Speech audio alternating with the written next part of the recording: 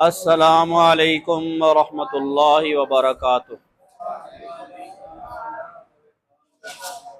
کیا حال ہیں پیارے بچوں، ٹھیک ہیں؟ جی الحمدللہ، ہم روزانہ کی بنیاد پر قرآن کریم کی تفسیر اور ترجمہ سیکھنے کی کوشش کر رہے ہیں، عمل کی نیت سے۔ اللہ تعالیٰ اس عمل کو قبول فرمائے اور اس امانت کو آئندہ نسلوں تک ٹھیک ٹھیک پہنچانے کی توفیق عطا فرمائے۔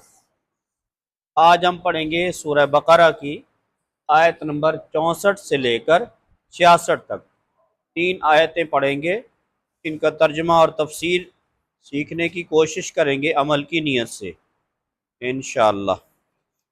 دیکھیے جی، اعوذ باللہ من الشیطان الرجیم،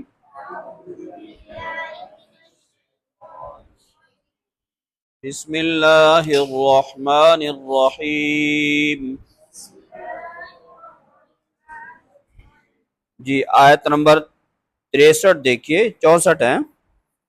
ثم پھر، ثم کا معنی تولیتم، تم نے منہ پھیرا، تم نے منہ پھیرا، من بعد ذالک، اس کے بعد بھی، اس کے بعد بھی، فلولا، پس اگر نہ ہوتا، فلولا اگر نہ ہوتا، فضل اللہ، اللہ کا فضل، علیکم تم پر، ورحمتہ اور اس کی رحمت، لکنتم تو تم ہوتے، من الخاسرین خسارہ پانے والوں میں سے، خسارہ پانے والوں میں سے، گھاٹا پانے والوں میں سے، نقصان اٹھانے والوں میں سے۔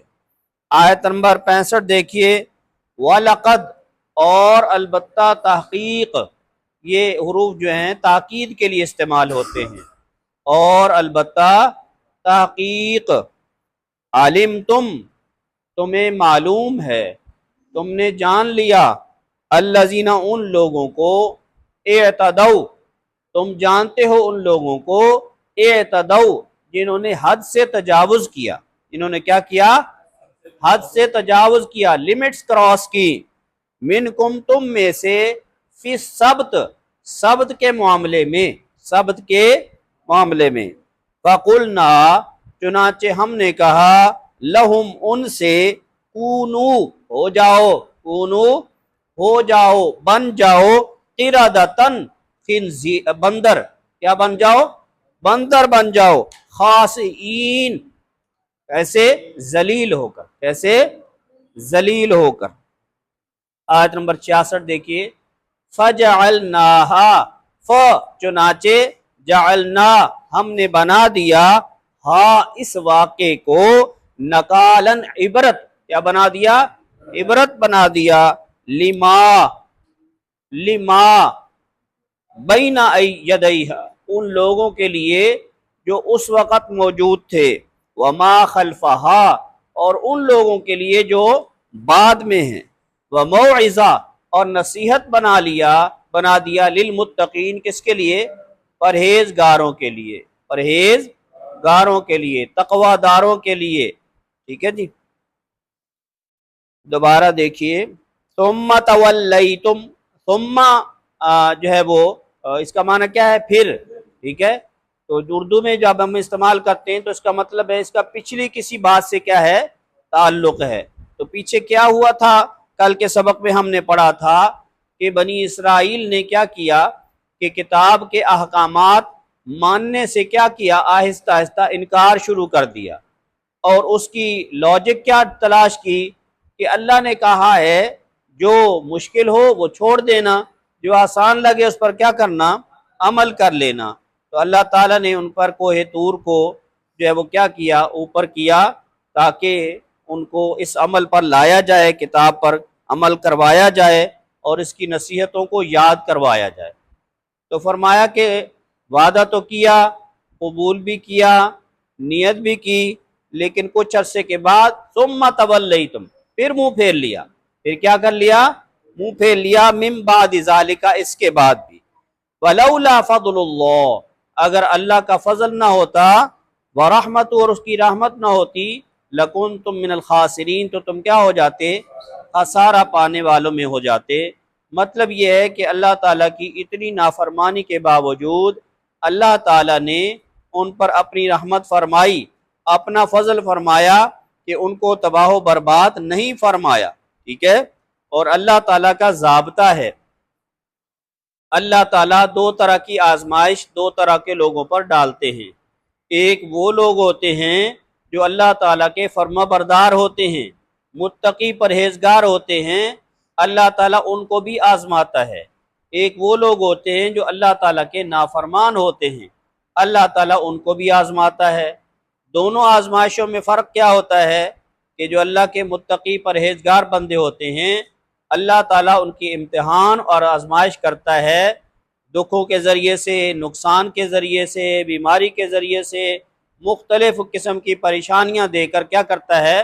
ان کا امتحان کرتا ہے، تاکہ اللہ تعالیٰ جس مقام اور مرتبے تک ان لوگوں کو پہنچانا چاہتا ہے وہ اس آزمائش کو برداشت کر کے، اس پر صبر کر کے وہ اس مقام تک کیا کر سکیں؟ پہنچ سکیں۔ تو اللہ تعالیٰ شارٹ کٹ میں ان کو کیا کرنا چاہتا ہے؟ بڑے مقامات اور درجات دینا چاہتا ہے، اس لیے کسی نہ کسی آزمائش میں کیا کر دیتا ہے؟ ڈال دیتا ہے، ٹھیک ہے۔ اور دیکھنے والا یہ سمجھتا ہے کہ شاید یہ کتنا بڑا گناہ گار ہے، اس پر کتنا بڑا عذاب آیا ہوا ہے، اللہ کی پکڑ آئی ہوئی ہے، اس نے کچھ تو کیا ہوگا، اس نے کچھ تو کیا ہوگا جو اللہ تعالیٰ کی پکڑ آئی ہوئی ہے۔ اگر اس کو پکڑ کہتے ہیں تو پھر آپ سنا ہوا ہے کہ ایوب علیہ السلام کتنا عرصہ بیمار رہے اور کس کنڈیشن میں رہے، تو اس کا مطلب ہے خدا نخواستہ اللہ کی پکڑ ان پر بھی آ گئی، وہ تو معصوم تھے۔ یوسف علیہ السلام جیسے شریف آدمی، ٹھیک ہے، دنیا کے پاکیزہ ترین آدمی، ان کو جیل میں رہنا پڑا، ٹھیک ہے۔ ہم میں سے ہمارے آج کل کے گئے گزرے معاشرے میں جس میں جیل جانا ایک فیشن سمجھا جاتا ہے، لیکن آج بھی غریب شریف آدمی کیا کرتا ہے؟ وہ کوشش کرتا ہے کہ مجھے وہاں کا جو ہے وہ نظارہ ہی نہ کرنا پڑے، پاس سے ہی نہ گزرنا پڑے، مجھے وہاں جانا ہی نہ پڑے، کوئی ایسی اللہ میرے اوپر مصیبت نہ ڈالے۔ تو ایک عام شریف آدمی وہاں جانا نہیں چاہتا ہے اور ایک پیغمبر وہاں جیل میں رہتا ہے، تو اس کا کیا مطلب؟ اللہ کی پکڑ ہے؟ نہیں، اللہ تعالیٰ اس مقام اور مرتبے تک پہنچانا چاہتے ہیں اس آزمائش کے ذریعے، اس لیے متقی پرہیزگار اپنے نیک بندوں کو اللہ تعالیٰ آزماتے ہیں، ٹھیک ہے۔ اور دوسری صورت کیا ہوتی ہے کہ اللہ کے نافرمان بندوں کو اللہ تعالیٰ آزماتے ہیں، کس طریقے سے؟ کہ اللہ تعالیٰ ان کو نعمتوں کی بہتات عطا فرماتے ہیں، ٹھیک ہے۔ ان کی نافرمانی جیسے جیسے بڑھتی چلی جاتی ہے، ان کی خواہشات ان کی مرضی کے مطابق پوری ہوتی چلی جاتی ہیں، وہ جو چاہتے ہیں وہی ہونا شروع ہو جاتا ہے، تو وہ یہ سمجھتے ہیں کہ شاید ہم کامیاب لوگ ہیں، ہم بہت ترقی کر رہے ہیں، ہم بہت آگے جا رہے ہیں، یہ ان کی سوچ ہوتی ہے۔ لیکن اللہ تعالیٰ جو ہے وہ دراصل کیا کر رہے ہوتے ہیں؟ اس کو اس گمراہی کی، نافرمانی کی اس انتہا تک پہنچانا چاہتے ہیں جہاں سے وہ واپس نہ آ سکے، جہاں سے وہ واپس نہ آ سکے، اس لیے اللہ تعالیٰ اس کو ڈھیل دیتے ہیں۔ اس لیے آپ علیہ السلام نے ارشاد فرمایا ایک حدیث مبارکہ میں، آپ نے فرمایا کہ کسی نافرمان بندے کو، اس کے مال و دولت کو، اس کے ٹھاٹ باٹ کو دیکھ کر تم یہ نہ سمجھو کہ یہ اللہ تعالیٰ کا کیا ہے؟ اس پر کرم ہے، یا اللہ تعالیٰ نے اس کو نعمت عطا فرما رکھی ہیں۔ فرمایا کہ تمہیں معلوم نہیں ہے کہ مرنے کے بعد اس کے اوپر اللہ تعالیٰ کون سا عذاب مسلط کرنے والے ہیں، ٹھیک ہے۔ اور پھر فرمایا کہ ایسا عذاب اللہ اس پر مسلط کرنے والے ہیں جس کو موت نہیں آتی ہے، فرمایا آگ ہے، وہ اس پر مسلط ہوگی۔ تو اس لیے یہ دو طرح کی آزمائشیں ہوتی ہیں، ٹھیک ہے۔ تو اس لیے یہاں بھی فرمایا کہ اگر اللہ کا فضل نہ ہوتا اور رحمت نہ ہوتی لکنتم من الخاسرین، تو تم کیا ہو جاتے؟ خسارہ پانے والوں میں سے ہو جاتے۔ اب تو اگر تو یہ نیک لوگ تھے تو اللہ تعالیٰ کیا کر رہے تھے؟ ان کو امتحان میں ڈال رہے تھے، اور اگر نافرمان تھے جیسے کہ آپ ان کی پیچھے ہسٹری پڑھ رہے ہیں تو پھر یہ اللہ تعالیٰ ان کو ڈھیل دے رہے تھے۔ کیا دے رہے تھے؟ ڈھیل دے رہے تھے، ٹھیک ہے جی۔